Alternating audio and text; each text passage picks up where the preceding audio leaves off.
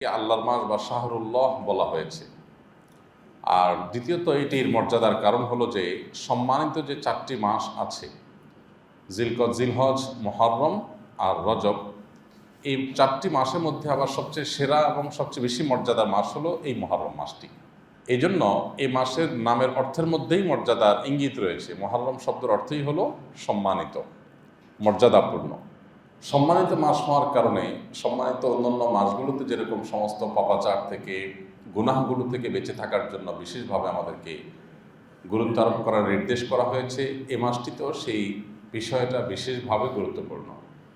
এর পাশাপাশি মুহররম মাসের একটা স্পেশাল আমল আছে, প্রতি বছরই আমরা আপনাদের স্মরণ করায় থাকি। তা হলো যে নবী করিম সাল্লাল্লাহু আলাইহি ওয়াসাল্লামের যে হাদিসটি আমরা পাঠ করেছি, সেখানে তিনি বলেছেন রমাদানের পরে আল্লাহর কাছে সবচেয়ে শ্রেষ্ঠ রোজা হলো মুহররম মাসের রোজা। তো এই জন্য এই মাসটি নফল রোজার জন্য আদর্শ একটি মাস। নফল রোজার জন্য আরেকটি আদর্শ মাস হলো শাবান মাস। নবী করিম সাল্লাল্লাহু আলাইহি ওয়াসাল্লাম শাবান মাসে সবচেয়ে বেশি নফল রোজা রেখেছিলেন। সেটা ছাড়া মুহররম মাসটাও নফল রোজার জন্য সেরা এবং শ্রেষ্ঠ একটি মাস। এই জন্য এই মাসে বেশি বেশি নফল রোজা রাখা দরকার। এ মাসের আশুরা কেন্দ্রিক যে 2টা রোজা আছে, 9 এবং 10 মুহররম, অথবা 10 এবং 11 মুহররম, সেই রোজার পাশাপাশি চাঁদের 13, 14, 15 অন্যান্য মাসের মতো এই মাসে বিশেষ গুরুত্বের সাথে রোজা রাখা এবং এই মাসে সাধ্য অনুযায়ী কিছু নফল রোজা রাখার চেষ্টা করা আমাদের দরকার। এটা হলো মুহররম মাস কেন্দ্রিক আমাদের আমল। এই নফল রোজাগুলো এখন গরমের সময় রাখাটা আমাদের জন্য অনেক ক্ষেত্রে কষ্টকর, কিন্তু আমাদের মনে রাখতে হবে ইন্না আইজামাল জাযাই মা আইজামিল বালা।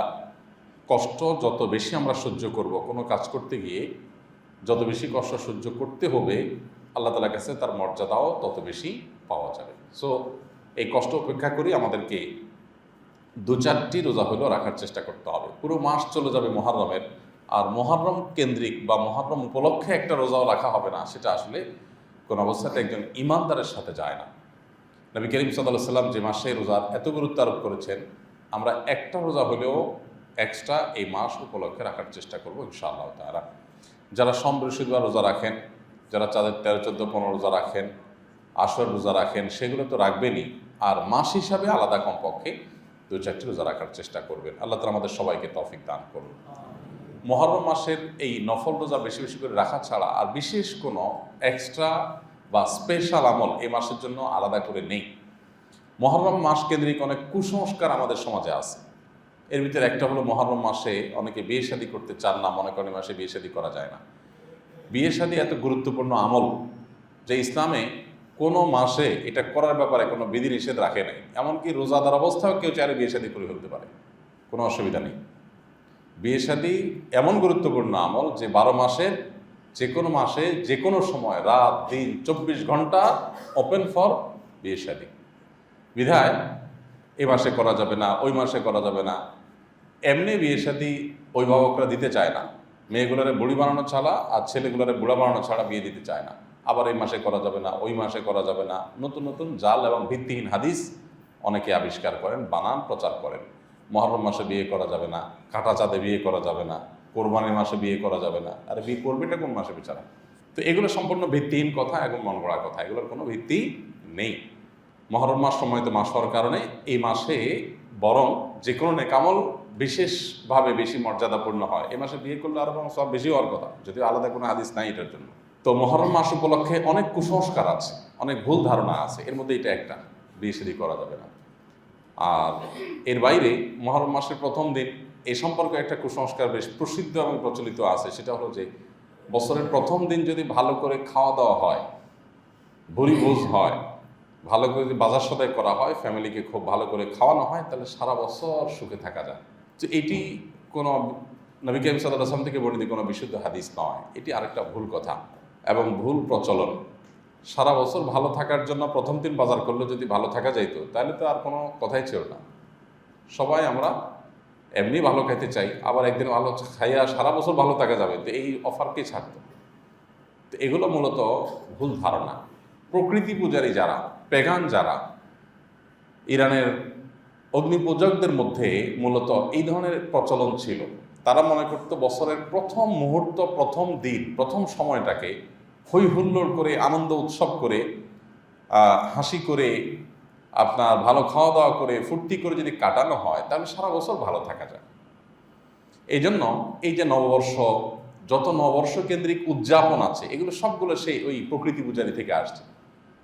মজার একটা বিষয় হলো, আমাদের সমাজে যারা নিজেদেরকে খুব বেশি আধুনিক মনে করেন, যারা নিজেদেরকে অনেক ইউ মনে করেন, যারা নিজেদেরকে জাহির করেন যে তারা একেবারে সময়ের থেকে এগিয়ে থাকা মানুষ, অনেক স্মার্ট, ভাবসাব সেরকম নেন যারা, তাদের কর্মকাণ্ড দেখলে হাসি পায় যে তারা এতটাই সেকেলে, এতটাই পিছিয়ে পড়া যে পারস্যের অগ্নিপূজকদের ইতিহাস হাজার হাজার বছর আগের ইতিহাস, শত শত বছর আগের।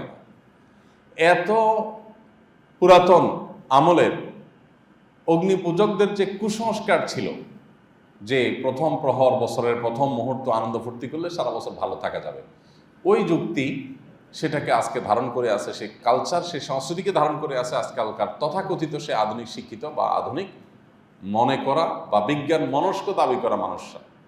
বিজ্ঞানের কোন থিওরিতে আছে যে বছরের প্রথম প্রহরে ফুর্তি ফার্তা করলে, গান বাজনা করলে, হই হুল্লোড় করলে, আনন্দ উৎসব করলে, ফটকা ফুটালে, বাজি ফুটালে আর আতশবাজি করলে, ভালো খাওয়ান দাওয়ান করলে, নাচ গান করলে সারা বছর ভালো থাকা যাবে? বিজ্ঞানের কোন থিওরিতে আছে? এই লোকগুলাই কথায় কথায় তাদের নিজের বিজ্ঞান মনস্কতার জাহির করে।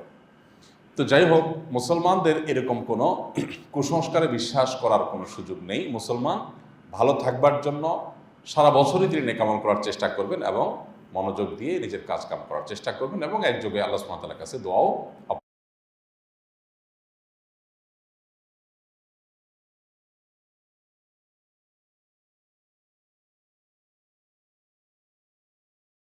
অব্যাহত রাখবেন।